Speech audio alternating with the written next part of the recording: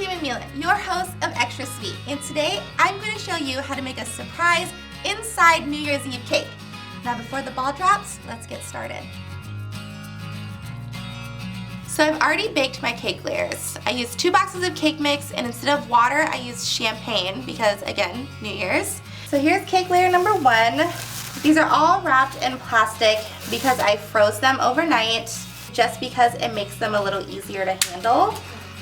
So I'm now just slicing my tops off so that when I stack it, we'll be even. So we're flat now, and I'm going to cut a circle, smaller circle, out of this cake layer. I'm gonna pop it out, and now we have a ring. This piece you need. This piece you don't. You can eat this now. Okay. So I'm going to bring another cake layer in, and we're going to do the same thing here as we did with the first one.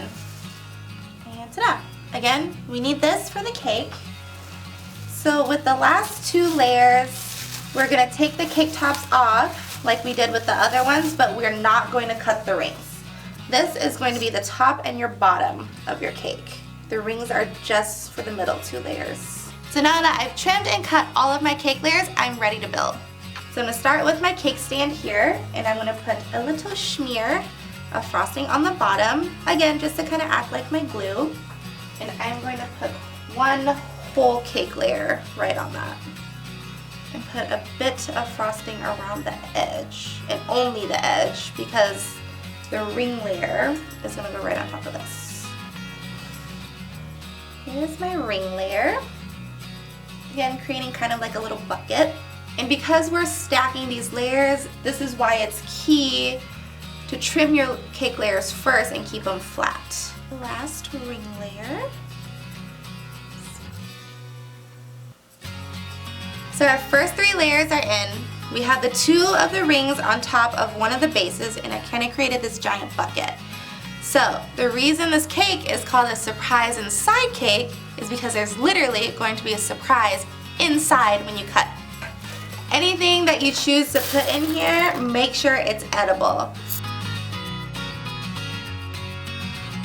Some black sprinkles, some white sprinkles, my gold chocolates, extra sprinkles on top. Now I'm going to add our final full layer to cover this whole thing up. Okay, now we frost with the rest of our frosting. Start that at the top.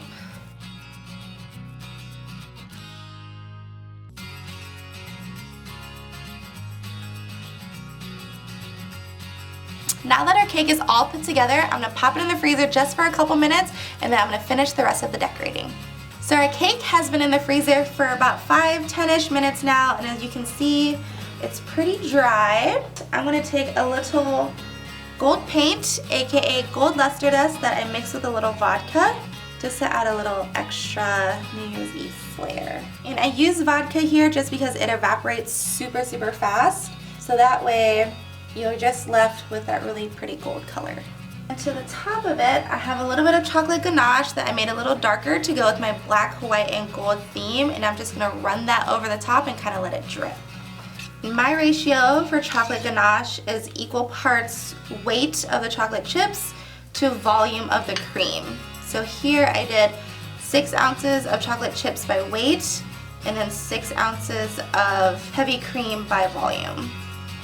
How cute are these little edible gold stars? I mean, I'm really trying to drive this New Year's Eve theme all the way home. I think I'm doing pretty well.